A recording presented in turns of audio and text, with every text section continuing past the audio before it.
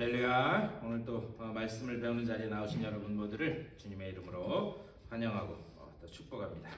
우리 이 시간 다 같이 찬송하실 텐데요. 찬송가 502장입니다. 502장. 옛날 찬송가는 259장입니다. 우리 통합 찬송가는 259장. 새 찬송가는 502장. 빛의 사자들이여. 찬송하면서 수요 성경 연결 시작하겠습니다.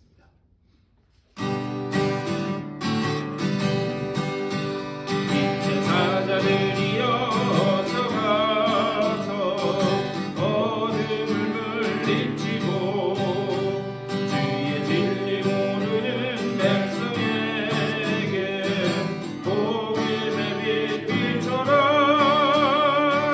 빛의 사자들이여 복음의 빛 비춰라.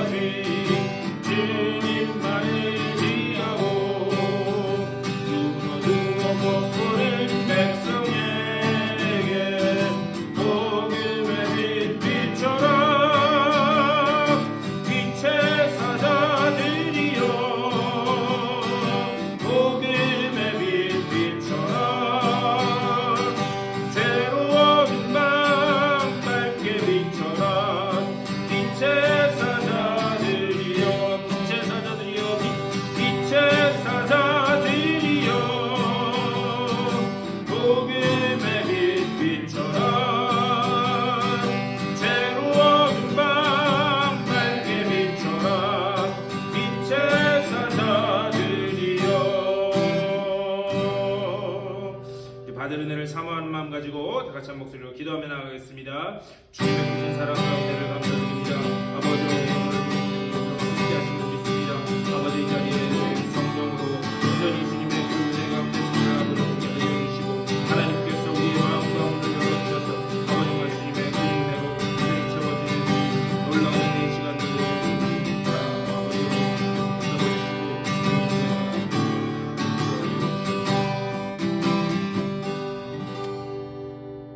주님의 은혜를 감사드립니다. 이 수요일 아침에 또 저희들 주의 말씀을 사모하여 주님 앞으로 나올 수 있도록 인도하여 주시니 감사를 드립니다. 이 자리에 성령으로 함께하여 주시고 오직 주님의 말씀을 나눌 때에 이 말씀 가운데서 주님의 뜻이 깨달아지게 하여 주시며 또 그대로 순종하며 살아갈 수 있는 믿음도 허락하여 주셔서 오늘 이때에 이 어두워져가는 이때에 하나님의 복음의 빛을 비추는 주님의 존귀한 일꾼들로 살 수 있도록 인도하여 주시옵소서. 감사하고 우리 주 예수 그리스도의 이름으로 간절히 기도드리옵나이다. 아멘. 하나님 말씀 보시겠습니다. 요한계시록 8장입니다.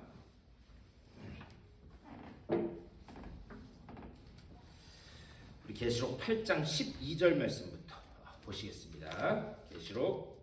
요한계시록 8장 12절 말씀부터 보시겠습니다. 요한계시록 8장 12절에서 우리 9장 11절 말씀까지 읽겠습니다. 자, 우리 12절부터 한 절씩 교독하시겠습니다. 넷째 천사가 나팔을 부니 해 3분의 1과 달 3분의 1과 별들의 3분의 1이 타격을 받아 그 3분의 1이 어두워지니 낮 3분의 1은 비추임이 없고 밤도 그러하더라. 내가 또 보고 보니 공중에 날아가는 독수리가 큰 소리로 이르되 땅에 사는 자들에게 화가 있으리니 이는 세 천사들이 붙어야 할 나팔 소리가 남아 있음이로다 하더라. 다섯째 천사가 나팔을 불매 내가 보니 하늘에서 땅에 떨어진 별 하나가 있는데 그가 무저갱의 열쇠를 받았더라. 그가 무저갱을 여니 그 구멍에서 큰 바닥의 연기 같은 연기가 올라오매 해와 공기가 그 구멍의 연기로 말미암아 어두워지며 또 황충이 연기 가운데로부터 땅 위에 나오매 그들이 땅에 있는 전갈의 권세와 같은 권세를 받았더라. 그들에게 이르시되 땅의 풀이나 푸른 것이나 각종 수목은 해하지 말고 오직 이마에 하나님의 인침을 받지 아니한 사람들만 해하라 하시더라. 그러나 그들을 죽이지는 못하게 하시고 5달 동안 괴롭게만 하게 하시는데 그 괴롭게 함은 전갈이 사람을 쏠 때의 괴롭게 함과 같더라. 그날에는 사람들이 죽기를 구하여도 죽지 못하고 죽고 싶으나 죽음이 그들을 피하리로다.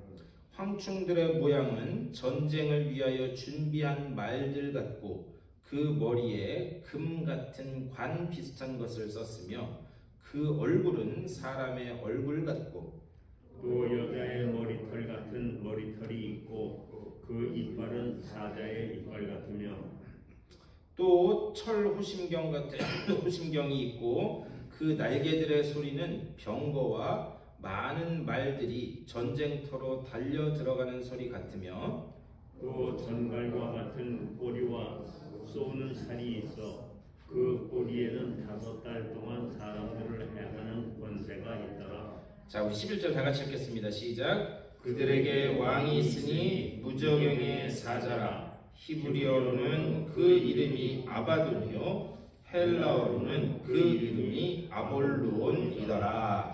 아멘. 이 말씀 가지고 이제 4번째 그리고 5번째 우리 4번째 그리고 5번째 나팔이 불 때에 벌어지는 일들에 대해서 말씀을 나누도록 하겠습니다. 우리 지난주에 제가 그 게더링 가느라고 이 말씀을 못 나눴는데 둘째 나팔이 불 때에 어떤 일이 있었는가? 네, 여러분 둘째 나팔이 불 때 혹시 기억하시나요? 둘째 나팔도 그렇고 셋째 나팔도 그렇고 둘째 나팔이 불 때는 그 불탄 산, 큰 불탄 산이 무너지는 것 같은 그런 장면이 나왔습니다. 근데 제가 이 요한계시록 이 나팔을 불 때 계속 말씀을 하지만 이 지금 요한계시록에 나오는 모든 이 재앙의 그림들은 뭐하고 연결이 돼 있다? 구약 성경하고 연결이 돼 있다고 말씀드렸어요. 그래서 제가 지지난주에 여러분 아마 제가 말씀드리면 기억하실 텐데 이 불탄 산은 바벨론 제국의 멸망을 상징할 때에 불탄 산의 그림이 나왔다라고 말씀드렸어요. 그런데 이 요한계시록이 기록될 때에 그때의 바벨론 같은 나라는 어떤 나라였다?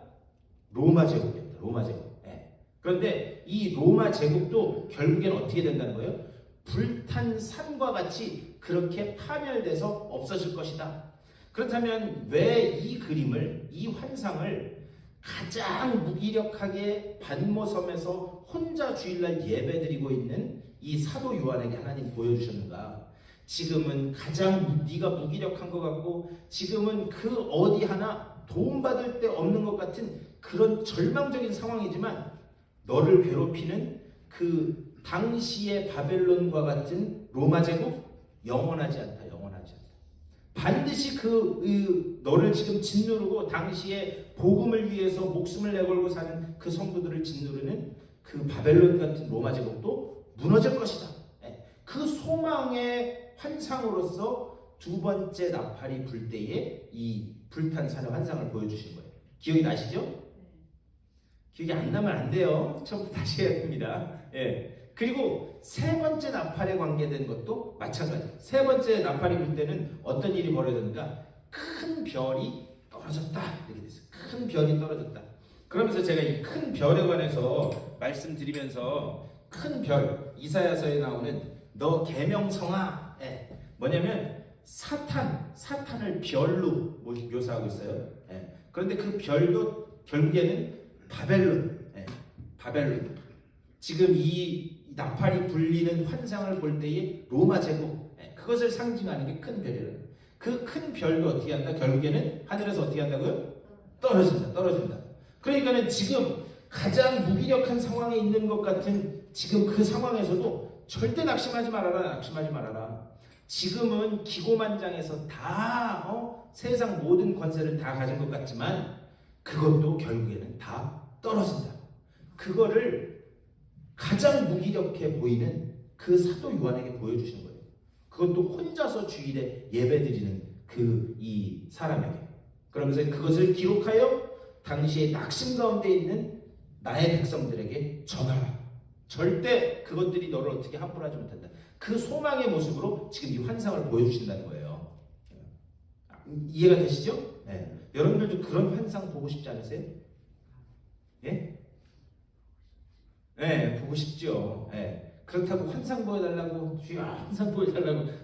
우리에게는 이미 계시의 완성인 말씀이 있어요. 네, 계시의 완성인 말씀이 있고 오늘날도 환상이 보여지고 하는 그런 역사들이 있습니다. 네. 하나님이 특별한 자에게 그런 것들을 보여주세요. 그러니까 저는 그런 세계가 있다는 거 분명히 믿고 그런 환상도 여러분에게 임할 수 있습니다. 그런데 환상 이전에 뭘 보여달라고 하기 이전에 기록된 하나님의 계시의 말씀을 먼저 여러분을 위한 말씀으로 받아들이셔야 돼요. 네? 제가 몇 번 그때 이 성경 공부하고 주일 설교하면서 말씀드렸어요. 우리 부활하신 주님께서 도마에게 하신 말씀이 있어요. 네? 도마의 별명이 뭐예요? 네, 의심쟁이 도마. 그런데 도마가 부활하신 그 주님에 대한 이야기를 들었어요, 못 들었어요? 들었어요. 듣고 난 다음에 뭐라고 이야기했느냐? 내가 그 참 찔리신 옆구리에 손을 집어넣고 못 박히신 이 손에 내가 손가락을 집어넣기 전까지는 내가 못 믿겠다. 그렇게 했다고요. 그랬는데 우리 주님도 참 짓궂으셔. 그런 거 보면.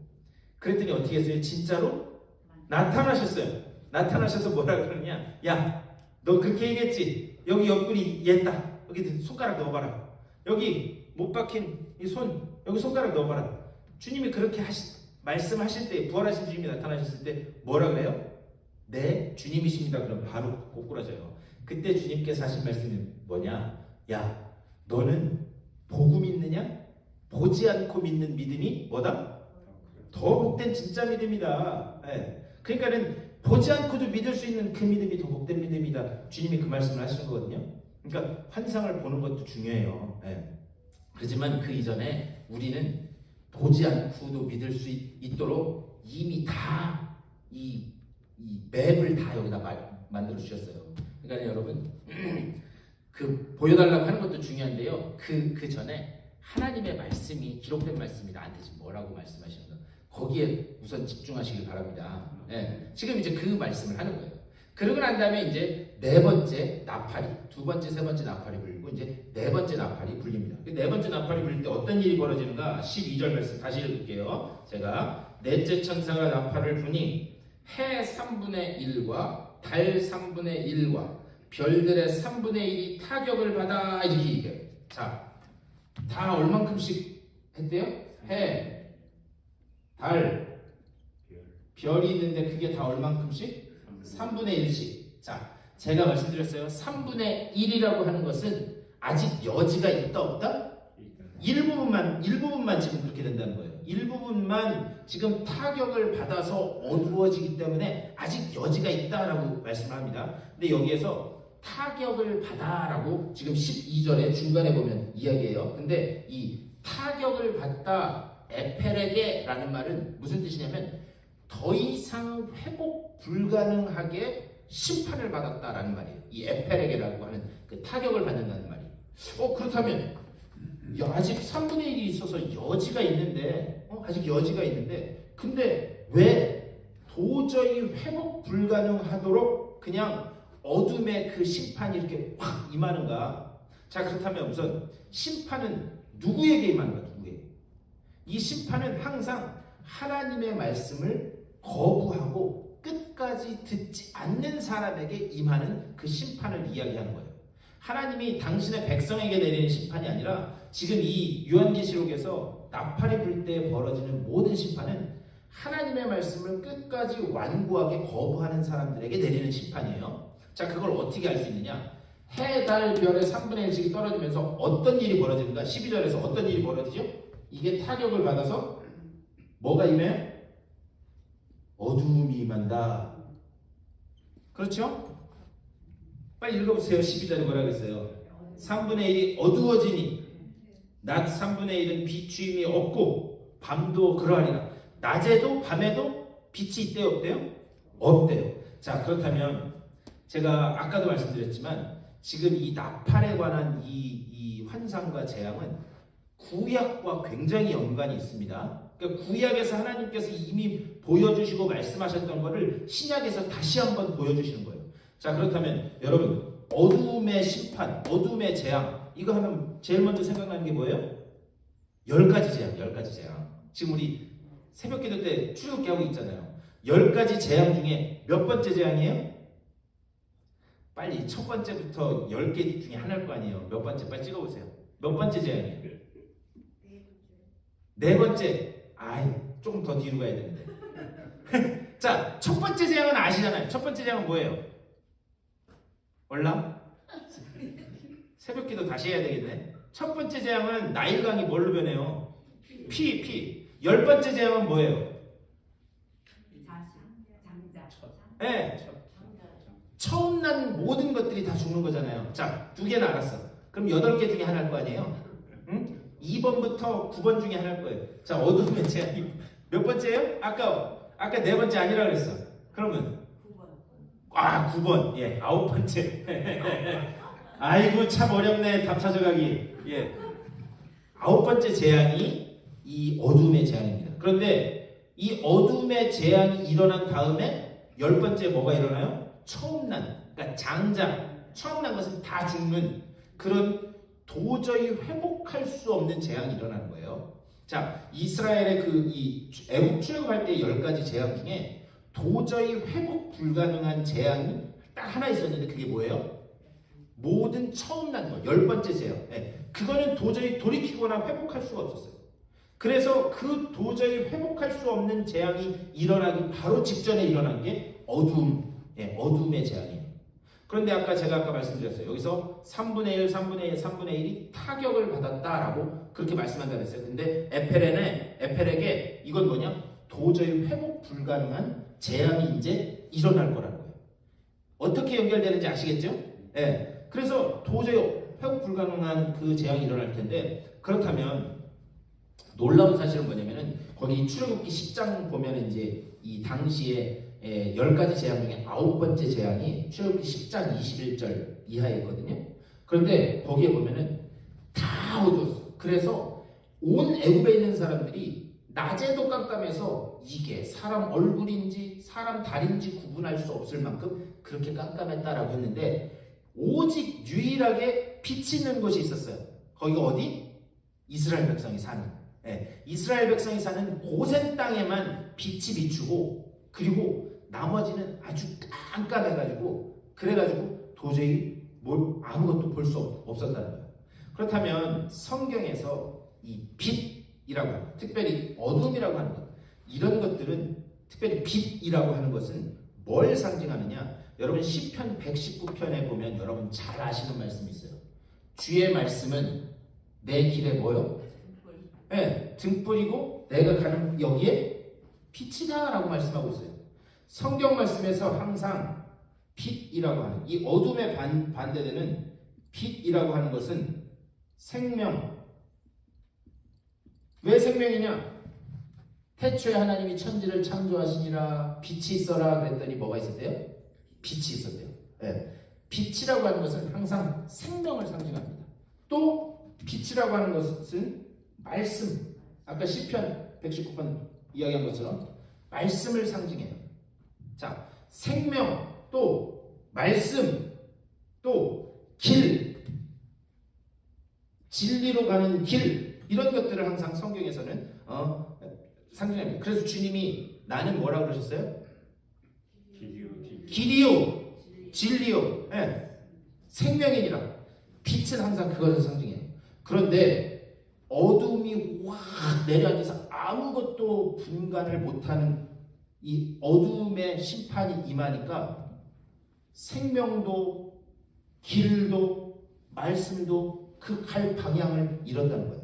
이거는 지금 사도 요한에게 무엇을 상징적으로 보여주신 거냐면 지금 그가 살고 있던 그 시대에 하나님의 말씀을 전한다고 해서 박해하고 억누르는 사람들에게 이 어둠의 심판이 임할 건데 그 사람들에게 임하는 그 심판은 뭐냐?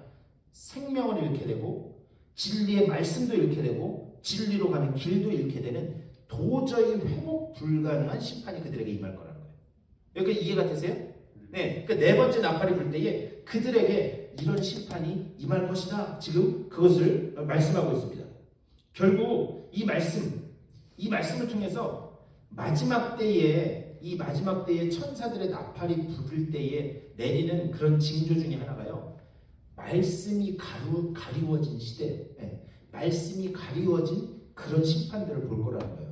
여러분 오늘날 세상이 지금 뭐 막 전쟁 나서 아니 며칠 사이에 기름값이 확 뛰었어요. 기름 넣어야 되는데 큰일 났어요. 이럴 줄 알았으면 며칠 전에 넣었어야 되는데 어제하고 오늘하고 벌써 50전 차이 나더라고요. 저희 동네에 와서 보니까. 그 뭐 지금 누가 죽으니까는 더 지독한 놈이 후계자가 됐다죠? 둘째 아들? 큰 아들도 아니고 둘째 아들인데, 둘째 아들. 근데 그것도 웃겨요. 이거 뭐 성경 공부니까 그냥 막 이 얘기 저 얘기 다 할게요. 그 이란의 혁명이 왜 일어난 줄 아세요? 거기 원래 팔렙이라고 하는 왕국이었어요. 왕국. 그런데 어떻게 권력이 아버지에서 아들로 넘겨지고 그게 하느냐? 그거 말 안 된다. 그래갖고 이슬람 혁명이 일어나서 거기를 뺏은 거예요. 그랬는데 뺏었는데 결국에는 어떤 놈이 후계자가 됐어요? 아들놈이 됐어요. 얼마나 모순 덩어리예요 이게. 그리고 이런 걸 뭐 다른 종교를 알 필요 없는데 그냥 여담. 거기가 시아파의 맹주로예요. 시아파. 그거 아세요? 이 무슬림도 보면은 시아파가 있고 그 다음에 무슨 파가 있어요? 수니파가 있어요. 수니. 들어본 것 같으죠? 시아하고 수니하고 뭐가 다른 줄 아세요? 제가 아주 이해하기 쉽게 절대 안 잃어버리게 내가 가르쳐 드릴게요. 모하메드가 지가 알라의 그거 예언자라고 하면서 싹 전했어요. 그런데 싹 전하고 후계자를 정하지 않고 홀딱 죽어버렸어요. 후계자를 정하지 않고 홀딱 죽어버리니까 이 무슬림 쿠란을 받은 그 후계자들 중에 파가 두 개로 나눠진 거예요. 파가 두 개로 나눠져서 자 후계자를 정해야 되는데 그러면 우리가 어떻게 정해야 되냐? 근데 예수님의 12제자처럼 이 따르는 무리들이 많이 있었을 거 아니에요. 이 모하메드를 그때에 야 순위대로 모하메드의 첫 번째 예수님의 제자로 치면 베드로 뭐 이런 것처럼 요한, 야고보처럼 순위대로 모하메드의 그 첫 번째 제자를 다음 후계자로 전하자. 그렇게 해서 나온 게 순위예요. 그래서 순위를 정했다고. 뭔 말인지 아시겠어요? 순위대로 가자. 그게 순위파예요. 그러면 시아파는 뭐냐? 이란이 시아파. 이란이 페르시아잖아. 페르시아. 그렇게 이야기하시죠. 그래서 이란만 시아파예요. 시아파는 뭐냐? 시아버지 다음에 자기 남편, 그 다음에 자기 아들. 이렇게 피를 따라서 시아버지부터 아들로 해가지고 손주로 해서 그 피를 따라서 가자라고 하는 게 그게 시아파예요. 안 잃어버리시겠죠? 순위대로 가자. 1순위, 2순위, 3순위? 그러면 순위파예요. 이건 이라크 뭐 이런데 사우디아라비아. 자, 시아버지가 했으니까 시아버지 다음에 누가 해요? 아들이하고. 아들이 한 다음에 손자가. 예. 그렇게 해서 가는 게 그게 시아파. 이거 뭐 성경 공부하다가 별 이상한 소리까지 다 하는데 어쨌든 이거는 뭐 저기니까. 근데 이 지들이 시아파라고 해서 그 뭐야 이름이 뭐야 그 사람? 아니 그 죽은 사람 이름 뭐예요? 호메인인가 하메인인가. 그래서 그 아들이 지금 이걸 한 거예요. 예. 아시겠죠? 뭔 얘기하다가 근데 이 얘기가 나왔지 우리가? 그런데 중요한 건 뭐냐? 오늘날 그렇게 세상이 혼란스럽고 이렇게 하는데요. 그런 일들이 왜 벌어지는가? 결국에는 말씀에 대한 무지와 세상의 말씀이 가리워져지니까 그러니까 그러한 일들이 벌어진다는 거예요. 이거는 뭐 그게 옳으냐 그르냐 그 이야기를 하는 게 아니에요. 이 세상의 모든 그 문제의 근원은 결국에 어디니까 말씀이 어두워지는 데서 모든 문제가 생겨난다라고 하는 사실입니다.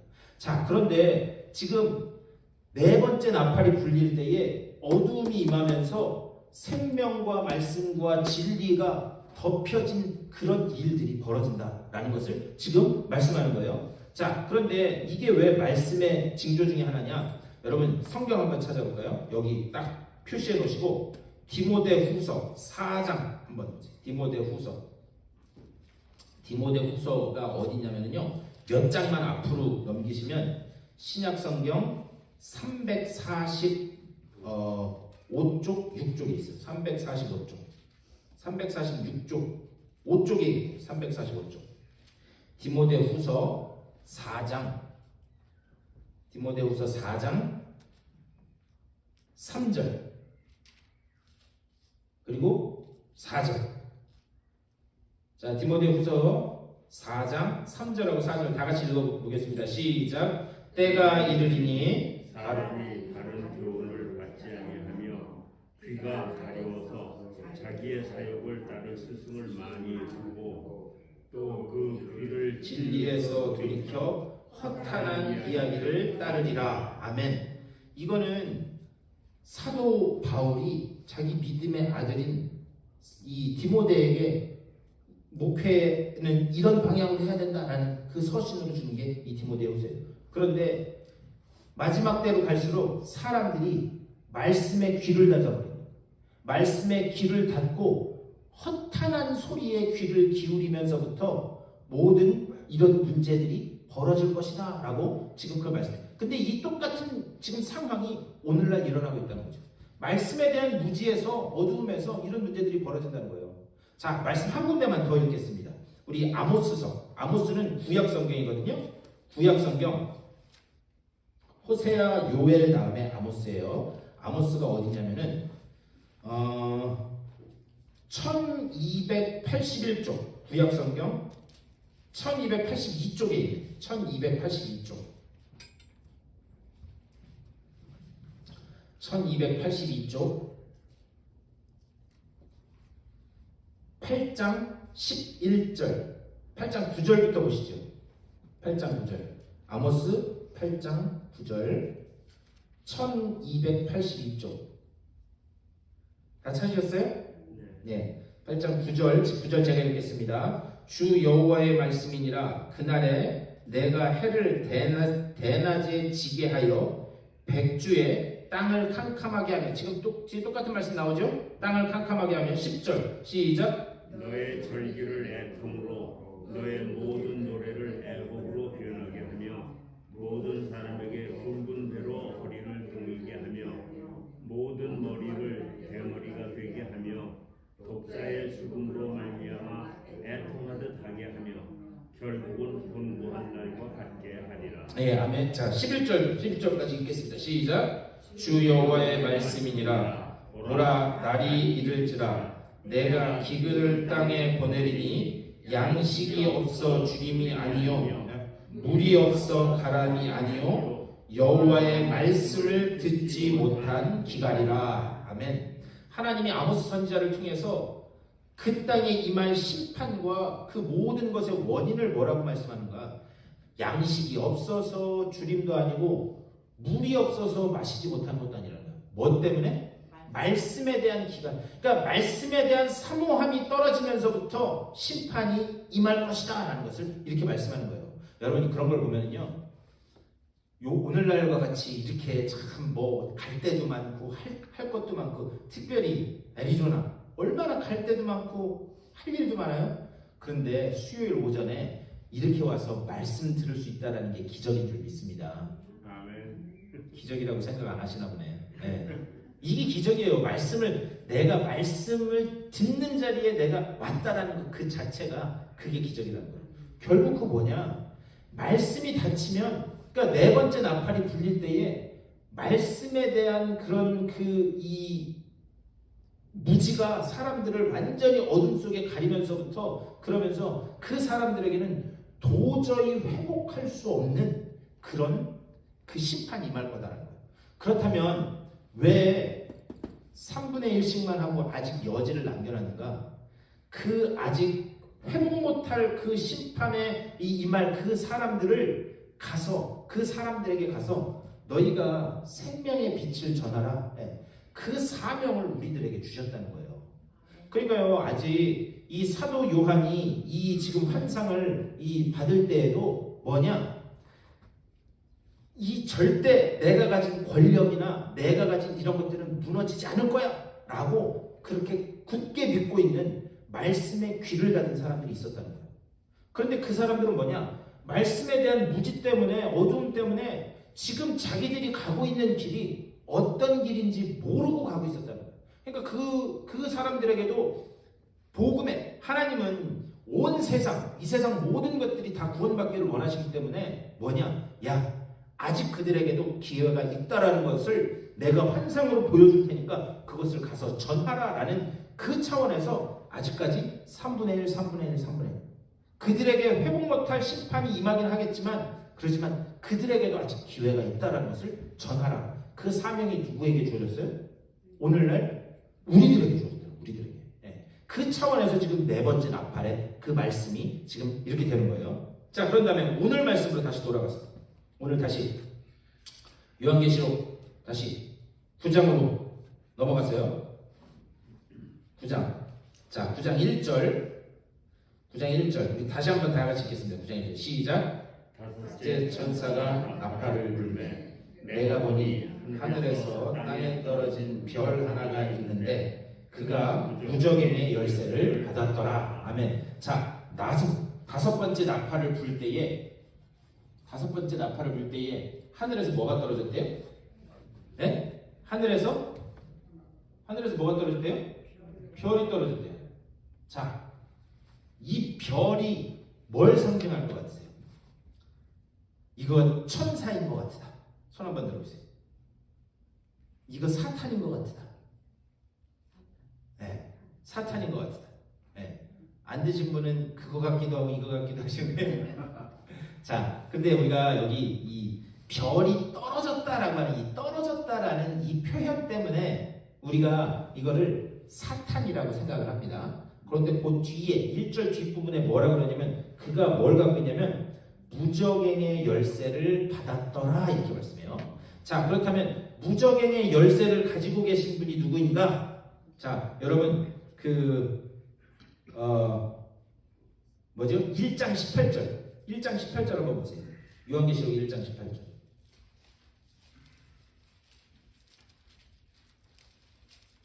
요한계시록 1장 제가 풀어가서 1장 18절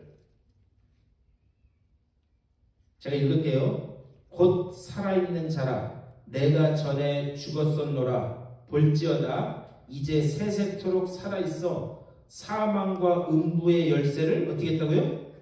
이거 지금 누구 얘기하는 거냐면 예수님 부활하신 예수님이 환상을 보여주시면서 사도 요한에게 지금 자기가 누구인지를 설명하는 거예요. 그분이 뭘 가지셨대요? 사망과 음부에 뭘 가지셨대요? 열쇠를 가졌대요. 근데 9장 1절 보면 제일 끝에 그가 하늘에서 별이 떨어졌는데 그가 뭐를 받았대요? 무저갱의 열쇠를 뺏었대요? 받았대요. 그러면 주님께서 사탄에게 그 무저갱의 열쇠를 주었을 것 같으세요? 아니죠, 아니죠. 우리가 여기 떨어졌다라는 표현 때문에 여기에 이 별이 이게 사탄 아니야? 라고 하는데 이게 왜 그러냐면요. 여러분, 요한계시록뿐만이 아니라 성경책을 이해하는데 참 쉽지 않은 게 왜 그러냐면 성경에는 뭘 담고 있냐면 성경에는 역사라는 것을 담고 있어요. 역사. 그렇죠. 그래서 우리 이스라엘 역사를 기초로 해서 이렇게 하잖아요. 그리고 성경에는 또 뭘 담고 있냐면 문학이라는 것을 담고 있어요. 문학. 그래서 시편, 욥기 이런 거 보면은 시 언어로, 네? 그렇죠? 네. 문학적인 이런 이 요소들이 많이 들어가 있어요. 그래서 이 히브리 사람들이 유대인들이 어떤 상황을 문학적으로 어떻게 표현하는지를 잘 이해를 못하면 이게 도대체 뭔 말인가 싶습니다. 싶을 때가 많이 있습니다. 그 다음에 성경에는 또 뭘 담고 있냐면 신학이라는 걸 담고 있어요. 네, 신학. 하나님이 어떤 분인지에 대해서 이렇게 하나님을 바라보는 그런 렌즈. 그래서 역사도 담고 있고 문학도 담고 있고 신학도 담고 있기 때문에 이 성경은 참 이해하기 어렵고 특별히 이 요한계시록은 이런 문학적인 표현들이 많이 있어요. 근데 여러분 한번 보세요. 문학적으로 별이 내려온다가 맞아요? 별이 떨어진다가 맞아요? 어떤 게 좀 자연스러운 것 같으세요? 그렇죠. 별똥별이 어떻게 한다? 떨어진다. 네. 그런 문학적인 표현이라는 게 떨어진다는 게. 그래서 우리가 여기 9장 1절에서 별이 떨어져서 그래서 이거는 사탄인가 보다 이렇게 오해할 수 있다는 거예요. 이해가 되시죠? 네. 그런데 무저갱의 열쇠를 받았다? 무저갱의 열쇠는 원래 누가 가지고 계셨어요? 주님, 우리 주님 예수님이 가지고 있었는데 그거를 주셨다는 거예요. 우리 주님 예수님이 지옥의 열쇠를 사탄한테 주겠어요? 아니죠. 제가 지금 무슨 말씀 드린지 알겠죠? 자, 그러면 그 열쇠를 받은 큰 별이 하늘에서 지금 내려온 거예요. 다섯째 나팔이 부니까. 자, 그런데 2번이래. 2절 다 같이 읽겠습니다. 시작. 그가 무저갱을 여니 그 구멍에서 큰 바둑의 연기 같은 연기가 올라오매 해와 공기가 그 구멍의 연기로 말미암아 어두워지며 아멘. 여러분 그 지금 2절 말씀 보면서 이거 어디서 읽어본 것 같다라는 그런 느낌 혹시 드는 분 계세요? 이런 지금 어떻게 되느냐 연기 같은 게 쫙 올라와서 해와 공기와 그 구멍의 연기 때문에 다 어두워졌다 이런 표현이 어디 나오는지 아세요? 이거 아시면 진짜 여러분 성경 어떤 사건하고 연결되는데 네, 늦기 전에 제가 말씀드릴게요. 롯이 어디 살았었어요? 네, 소돔과 고모라. 그런데 소돔과 고모라가 하늘에서 불 붙은 우박 같은 게 떨어져서 소돔과 고모라가 폭삭 망합니다. 그런데 그때 폭삭 망할 때에 요 표현이 나와요. 창세기 19장 10절하고 11절에 보면 나중에 한번 읽어보세요. 창세기 19장 10절하고 11절 보면은 그게 소돔과 고모라가 얼마나 폭삭 망했는지 화덕에서 연기가 나가지고 아무것도 볼 수 없을 만큼 깜깜하게 됐다라는 그 표현이 나옵니다. 그러니까 제가 아까 말씀드렸죠. 이 지금 요한계시록에 이거는 다 뭐하고 연결돼 있다? 구약 성경하고. 그러니까 구약 성경에 있는 표현들을 지금 이렇게 다 갖다 쓰는 거예요. 그런데 거기에서 이 창세기 19장 말씀 보면은요.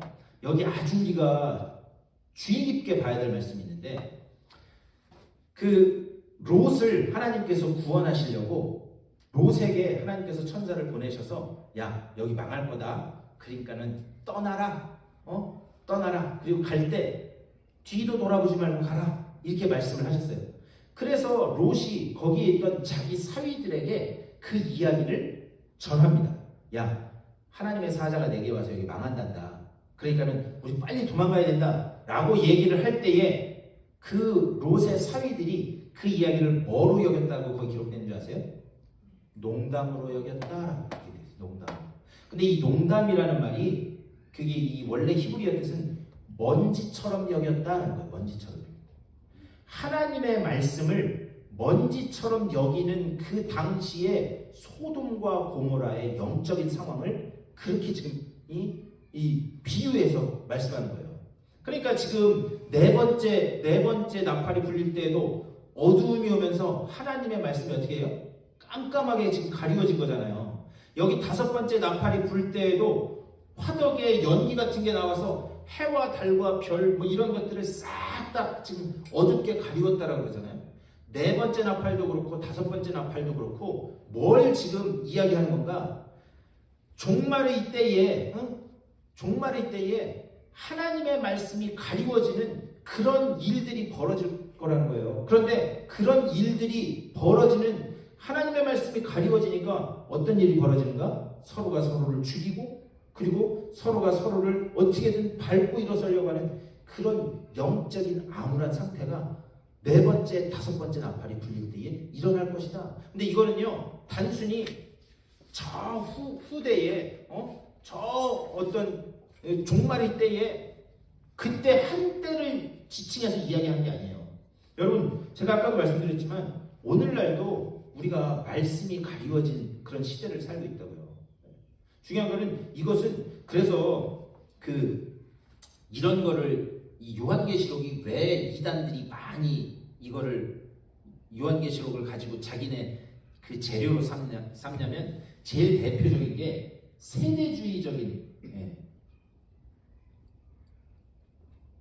세대주의적인 그런 잘못된 신앙을 가지고 이것을 이야기해요. 이 세대주의가 뭐냐면 인간의 역사를 6개인가 7개의 세대로 나눠요. 7개의 세대로 나눠서 그 때가 되면 그 시대가 되면 반드시 이런 일이 벌어질 것이다. 요한계시록도 보면 이런 일이 벌어진다고 되어 있다. 그런데 그 일이 벌어지고 난 다음에는 반드시 이런 일이 벌어질 것이다. 그러니까 첫 번째는 이런 일이 1번의 일이 벌어지고 나면 그 다음에는 반드시 2번의 일이 벌어질 거고 그리고 3번의 일이 벌어질 것이다. 요한계시록 봐라.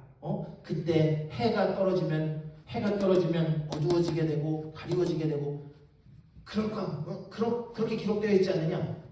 그럴 것 같으세요? 이게 좀 혹하는 이야기죠. 예? 그러면서 자기가 마치 이 모든 일이 순서대로 벌어질 것이냐 그렇게 해석하면서 사람들을 미혹하는 그런 게 있어요. 그거를 세대주의라고 그러거든요.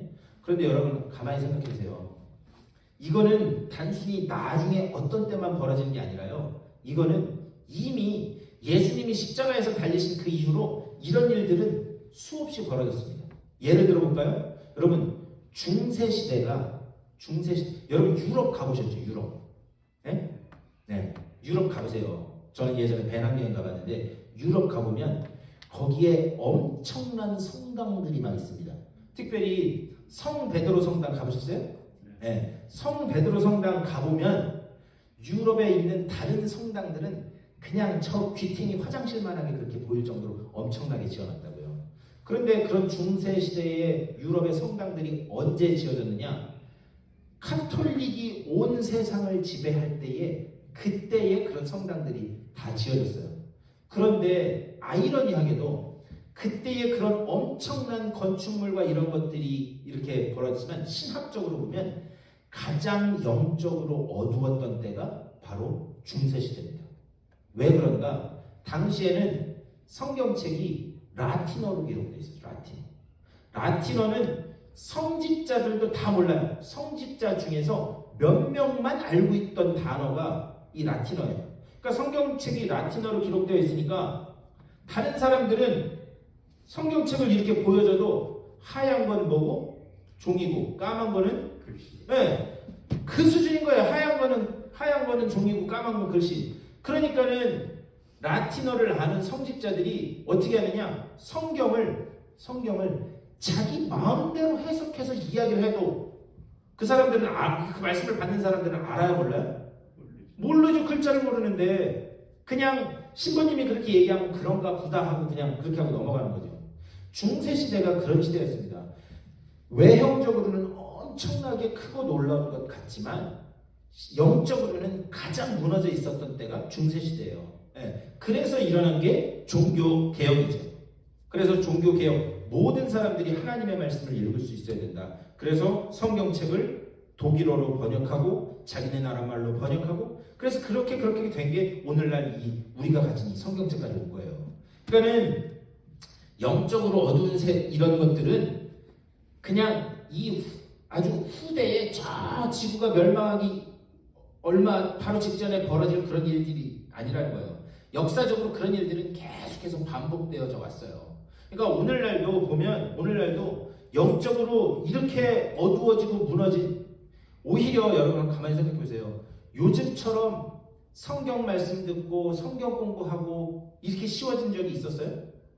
없죠. 집안에서 뭐만 하면 딱 해서 척척척척척 하면 전 세계에 유명하신 분들 성경 공부는 다 들을 수 있어요. 네?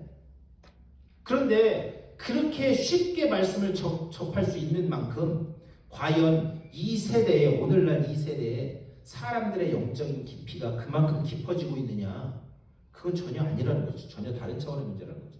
그러니까는 이 요한계시록을 하면서 이런 세대주의적으로 이게 한다는 게 이게 얼마나 잘못된 것인 줄 알 수 있어요. 그런데 지금 말씀이 어두워지면서 화덕 같은, 파괴 직전에 불 끓는 화덕 같은 데서 연기가 나와서 말씀을 점점 가리우는 그런 시대를 살고 있다는 거예요. 그러니까 이 요한계시록 말씀은 가장 오늘날 현실을 살아가고 있는 우리에게 필요한 가장 현실적인 말씀이라는 것을 우리가 놓치면 안 됩니다. 그러면서 5번째 나팔을 불 때 그런 어둠으로 쫙 가리우는데 3절에서 뭐라고 이야기하는가? 또 황충이, 9장 3절, 또 황충이 연기 가운데로부터 땅 위에 나오매 그들이 땅에 있는 전갈의 권세와 같은 권세를 받았더라. 우리 4절 나가시겠습니다. 시작. 그들에게 이르시되 땅의 풀이나 푸른 것이나 각종 수목은 해하지 말고 오직 이마에 하나님의 인침을 받지 아니한 사람들만 해하라 하시더라. 예, 아멘. 자, 5번째 나팔이 불 때 황충이 나타나요. 황충이 뭐냐면 메뚜기의 종류 중에 하나입니다. 메뚜기의 종류 중에 하나. 그런데 메뚜기인데 우리가 아는 이런 조그만 메뚜기가 아니에요. 사람 손바닥만한 그런 메뚜기. 예. 그것을 황충이라고 부릅니다. 자, 그런데 아까도 말씀드렸지만 메뚜기 재앙은 어디서 나오는 거예요? 네, 10가지 재앙 중에 하나잖아요. 지금 계속 그거랑 연결된 거를 볼 수가 있어요. 그런데 특별히 이 사사기 6장 말씀 보면요. 사사기 6장 말씀 보면 거기에서 미디안 군대에 대한 이야기가 나와요. 사사기 6장 말씀 보면. 그런데 미디안 군대의 숫자가 얼마나 많은지 무슨 때 같았다라고 이야기하냐? 메뚜기 때 같았다고 이야기해요. 메뚜기 때 같았다고. 예. 근데 이 미디안 군대들이 얼마나 이게 나쁜 놈들이냐면 이스라엘을 딱 공격을 해올 때요. 어떻게 하느냐? 가만히 기다리고 있어요. 이렇게. 그러다가 추수할 때가 되면 메뚜기 때처럼 싹 와가지고 추수해 놓은 거를 어떻게 해요? 싹 쓸어갑니다. 그리고 사람들은 살려줘요.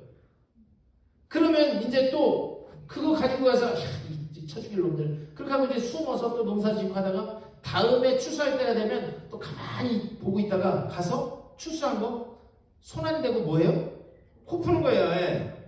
그래서 그 미디안 이 군대들이 올 때에 여러분 그때에 일어났던 사사가 누구냐? 여러분 잘 아는 기드온. 그런데 기드온 이 사사기 6장 그 밑을 보면 기드온이 뭘 하고 있었다라고 말씀하고 있느냐? 포도즙 짜는 틀 안에서 뭘 하고 있었냐? 곡식을 털고 있었다라고 그렇게 이야기하고 있어요. 그런데 그거를 알아야 되는데요. 포도즙 짜는 틀은 공간이 아주 협소한 조그만 골방 같은 데였습니다. 왜 그러느냐? 포도즙을 짜다가 다른 이물질이 들어가면 이 포도주로 발효가 안 되는 거예요. 그래서 조그만 틀 안에서 거기에서 이 기드온이 들어갔어요. 근데 거기에서 뭘 하고 있었다고요?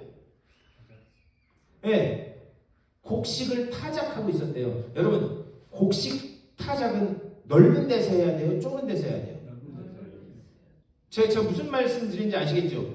바람이 싹 한쪽으로 일정하게 부는 데서 여러분 키가 이렇게 생겼잖아요. 아시죠? 네. 키가 이렇게 여기다 곡식을 올려놓은 다음에 어떻게 해요? 이렇게 해서 바람이 불면 쭉정이는 날아가고 그리고 알곡만 남는 거잖아요. 그런데 이거는 넓은 데서 해야 되는 거예요. 근데 그걸 어디서 했다고요? 포도즙 타는 조그만 골방 같은 데서 했다는 거예요. 그러니 기드온이 왜 그렇게 했겠어요? 아까 미디안 군대가 와서 어떻게 했다고요?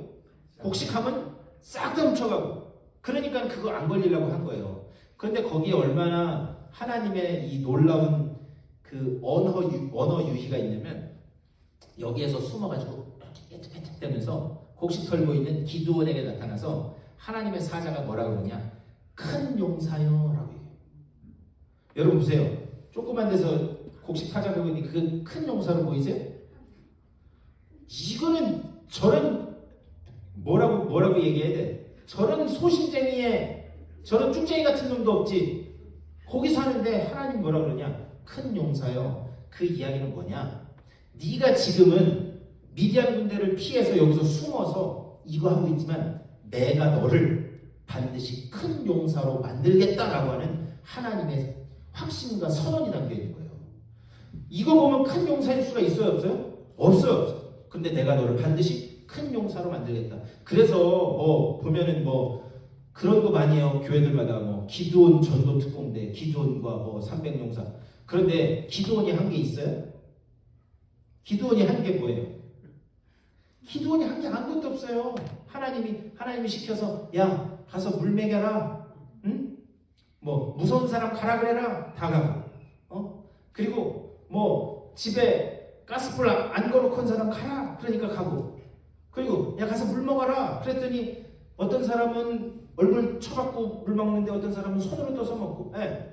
그거 300명 한 거밖에 없어요. 기드온이 한 거라고는 그거밖에 없어요. 그런데 하나님이 결국에는 그 미디안과의 전쟁을 통해서 그를 큰 용사로 만들어 가신 걸 볼 수 있습니다. 네. 예, 그러니까요, 우리가요, 그 사람을 보면, 내 자신을 보면 실망할 수밖에 없어요. 그런데 하나님이 함께 하시면 큰 용사가 되는 줄 믿습니다. 예, 오늘날 이건 우리에게도 적용되는 말씀이에요. 내가 몸도 약하고 나이도 많고 내 상황도 안 되고 그거는 내 처지일 뿐이고 그건 내 처지고 하나님 처지가 아니에요. 그거는 하나님 보시기에 야 너 처지가 그래? 그래도 내가 할게. 그러면 되는 건 줄 믿습니다. 예. 근데 이제 황충 5번째 나팔을 때 황충이 많은데 이게 많다. 그리고 또 이제 아모스 7장 이런 데 보면은요. 그거는 완전히 파괴. 그래서 이 아모스 7장 보면 황충 그 메뚜기가 임하면 초록색이 안 남게 될 것이다라는 그 말씀이 나와요. 그리고 또 여기 이 나훔서 같은 데 보면 거기도 이제 황충 이런 게 나오는데 나훔서에서는 뭐라고 하냐? 갑자기 나타났다가 갑자기 사라지고 이런 모습으로 이 메뚜기가 나와요. 여러분 메뚜기 오늘날에 호주 이런 데도 메뚜기 떼가 막 습격하고 이런 경우들이 많이 있는데 메뚜기 떼가 어디서 날라오는지 모른다는 거예요. 그리고 싹 훑어가지고 녹색은 하나도 안 남기고 싹 뜯어먹고 갑자기 또 확 사라져 버린대요. 네. 그래서 나훔서나 사사기, 아모스에 보면은 그런 이 재앙으로서 메뚜기 때가 임합니다. 그런데 그 아무것도 남지 않는 그런 메뚜기의 재앙이 어떤 사람에게 임하게 되느냐? 자, 여기 4절 말씀 다시 한번 보면은요. 거기 이렇게 말씀해요. 그들에게 이르시되 땅의 풀이나 푸른 것이나 각종 수목은 해하지 말고 오직 이마에 하나님의 인침을 받지 아니한 사람만 해하라. 뭐 한 사람만 해야 해요? 네. 인침을 받지 못한 사람만 해하라. 자, 성경을 보면 이는 어디다 취하느냐? 이마에다 취해요. 이마. 그런데 이 이마는 성경에서 얼굴을 상징하는 거예요. 얼굴. 네. 성경에서 이 이마는 얼굴을 상징하는 거예요. 여기에 하나님이 내꺼 이러고 도장 찍어놓은 사람들은 남겨놓고 그거 받지 아니한 사람들에게만 그 심판이 임한다. 지금 그것을 이야기해요. 그러면서 자 5절 자 5절 다 같이 읽겠습니다. 시작. 그러나 그들을 죽이지는 못하게 하시고 5달 동안 괴롭게만 하게 하시는데 그 괴롭게 하면 전갈이 사람을 쏠 때에 괴롭게 함과 같다. 예, 인침을 받지 않은 사람들에게 그게 심판이 많은데 몇 달 동안? 네, 아니 그렇다면 왜 하필 5달이냐? 이것도 이제 이 이스라엘의 농사법과 이 문학을 이해해야 되는데 황충, 이 메뚜기가 가장 잘 이렇게 일어나는, 잘 자라고 들끓고 피해주는 그게 4월부터 8월이에요. 이 이스라엘의 농사법을 보면. 그러면 4, 5, 6, 7, 8 몇 달? 이해가 되시나요? 네, 그래서 5달 동안만 하는데 대신 목숨은 어떻게 하지 말래요? 목숨은 아직 목숨은 건드리지 말래요. 그런데 그 아예 죽는 게 낫지. 그러니까 그런 거예요. 아예 죽는 게 낫지. 그것보다 더한 전갈이 쏘는 것과 같은. 저는 전갈은 한 번도 안 쏘여봤는데 전갈 쏘이면 뭐 엄청나게 아프다면서요? 안 쏘고 있었어요? 아리조나 사시면서 한 번씩 다 쏘여보는 거 아니에요? 네. 근데 전갈이 쏘는 것과 같은 그런 극심한 고통이 계속해서 임할 거라는 거예요. 누구에게만? 네. 여전히 바로와 같이 완고하고 하나님의 말씀을 거부하는 자에게는 결국에는 이러한 심판이 임할 거라는 거예요. 그런데 여전히 여기에 또 하나님의 사랑이 있는 거예요. 아직까지는 그들의 뭐를 건들지 말아라? 목숨은 건들지 말아라. 여전히 하나님은 끝까지 기다려서 한 사람이라도 더 돌아오기를 원하시는 그 모습을 볼 수 있습니다. 자, 그러면서 6절에서 그렇게 이야기해요. 그날에는 사람들이 죽기를 구하여도, 제가 그랬죠. 오히려 죽는 게 낫다고. 그날에는 사람들이 죽기를 구하여도 죽지 못하고 죽고 싶으나 죽음이 그들을 피하리로다. 죽고 싶어도 죽음이 피해갈 만큼 그런 극심한 고통이 임할 것이다. 끝까지 말씀을 거부하고 인치심을 받지 못한 사람들이 일어날 거라는 거예요. 자, 그러면서 이제 그 황충의 모양에 대해서 이야기합니다. 7절부터 황충들의 모양은 전쟁을 위하여 준비한 말들 같고 그 머리에 금 같은 관 비슷한 것을 썼으며 그 얼굴은 사람의 얼굴을 갖고, 그러면서 계속 이야기하는데 여기에서 중요한 거 지금 뭐라고 그러느냐? 다 뭐 같고 계속 이렇게 이야기해요. 그러니까는 지금 사도 요한은 환상을 보면서 자기가 본 게 이런 비슷한 모양이다라고 하는 것을 이야기하는 거지, 그게 무슨 뭐 황충이 메뚜기에 사람의 얼굴을 탈을 썼고 그건 그냥 문학적으로 지금 이야기를 하고 있는 거예요. 그러면서 그 모양을 쭉 이야기합니다. 그런데 그것이 누구에게 일어나는가? 임침받지 못한 사람들에게 있다. 자, 그러면서 11절 말씀, 11절 다 같이 읽어볼까요? 시작. 그들에게 왕이 있으니 무저갱의 사자라. 히브리어로는 그 이름이 아바돈이요 헬라어로는 그 이름이 아볼론이더라. 네, 아멘. 자, 끝까지 이러한 심판이 임하는데도 인침받기를 거부하고 하나님의 말씀을 거부하고 받아들이지 않는 그런 사람들이 있는데 왜 그러느냐? 11절 말씀에 그들의 뒤에는 뭐라고 그래요? 그들에게는 왕이 있으니 무저갱의 사자라. 그러니까는 끝까지 말씀을 거부하는 사람들 배후에는 그들을 조정하는 그런 세력들이 있다는 거예요. 세력이 있는데 그 이름을 뭐라고 부르느냐? 히브리어는 뭐라고 그러는데요? 아바돈. 예. 그리고 헬라어로는 뭐래요? 아볼론. 예. 아볼론이라고 한다는 거예요.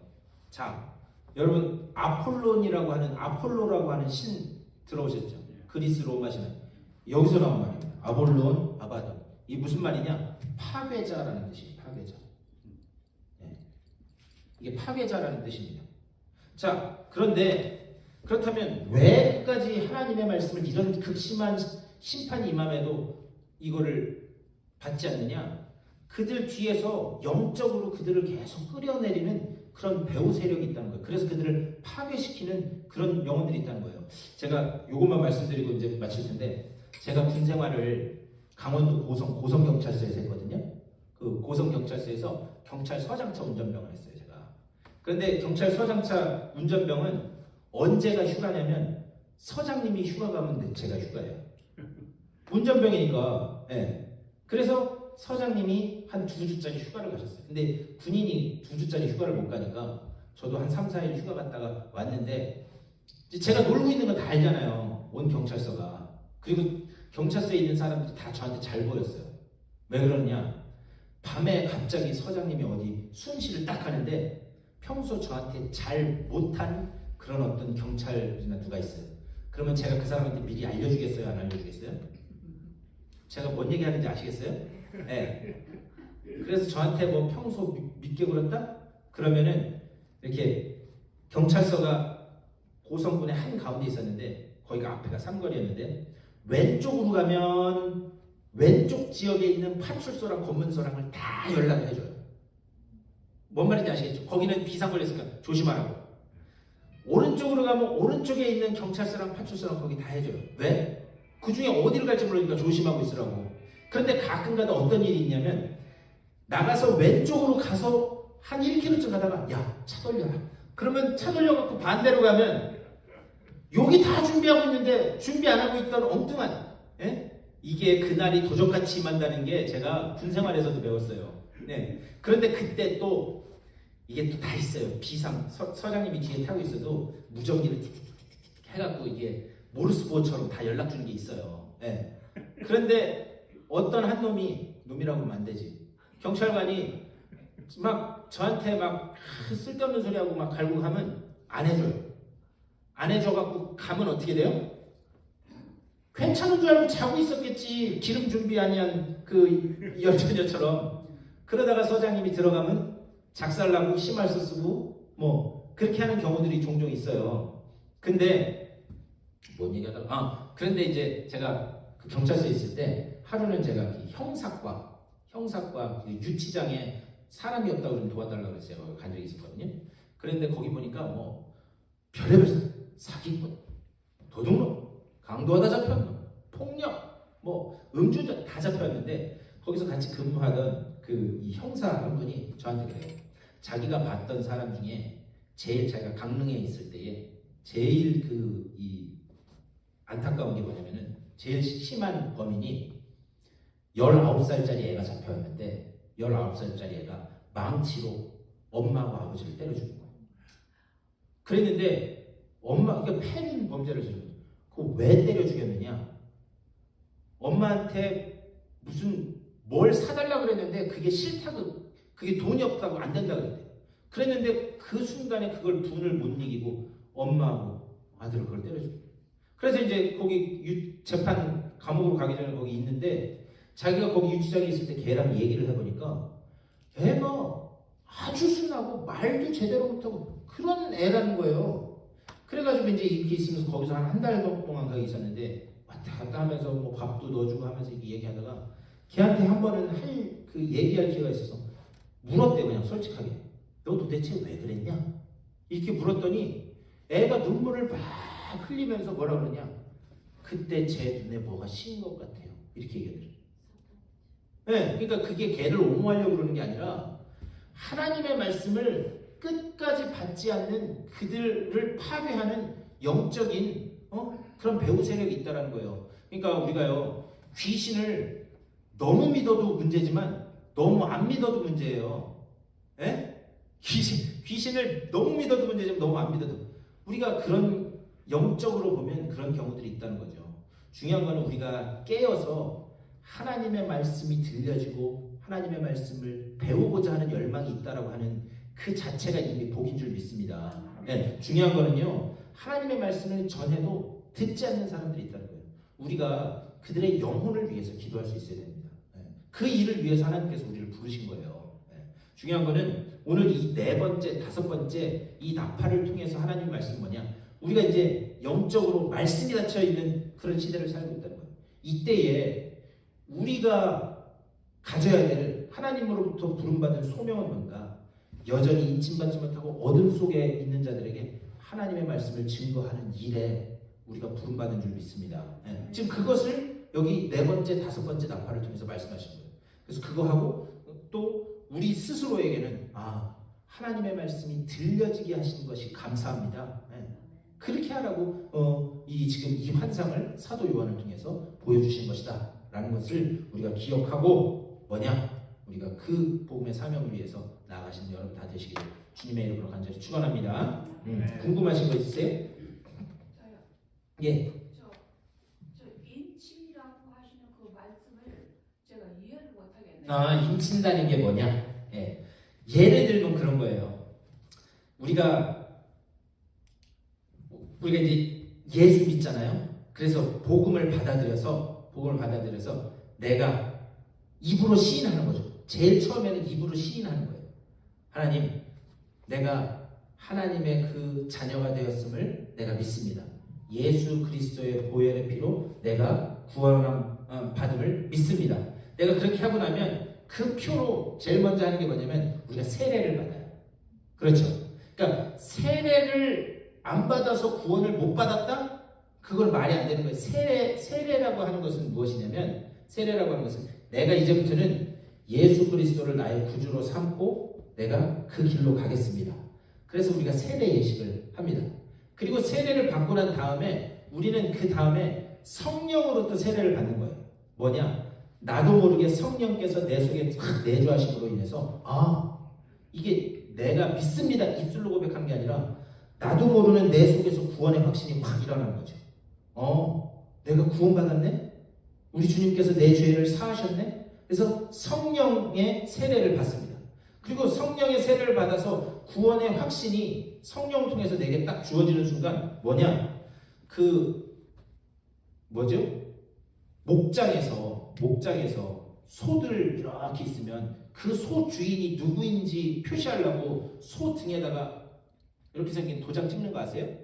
네, 그거를 인친다고 그러거든요. 도장 찍는다고. 이게 뭐냐? 인친받는다는 게 하나님이 그 구원의 확신을 선물로 주심으로 인해서 야, 이제 너는 내 거 도장을 딱 찍는다는 거예요. 그것을 인침이라고 이야기하는 거예요. 네. 그러니까는 이 인침이라고 하는 것에는요, 내 노력도 필요하고 또 선물로도 주어지는. 그러니까 나도 주님께서 열어놓으신 구원의 이 길로 발을 내딛는 내 노력도 필요하지만 또한 그 가운데서 선물로 성령을 통해서 선물로 주시는 그 구원의 확신도 우리가 주어져야 되는 거예요.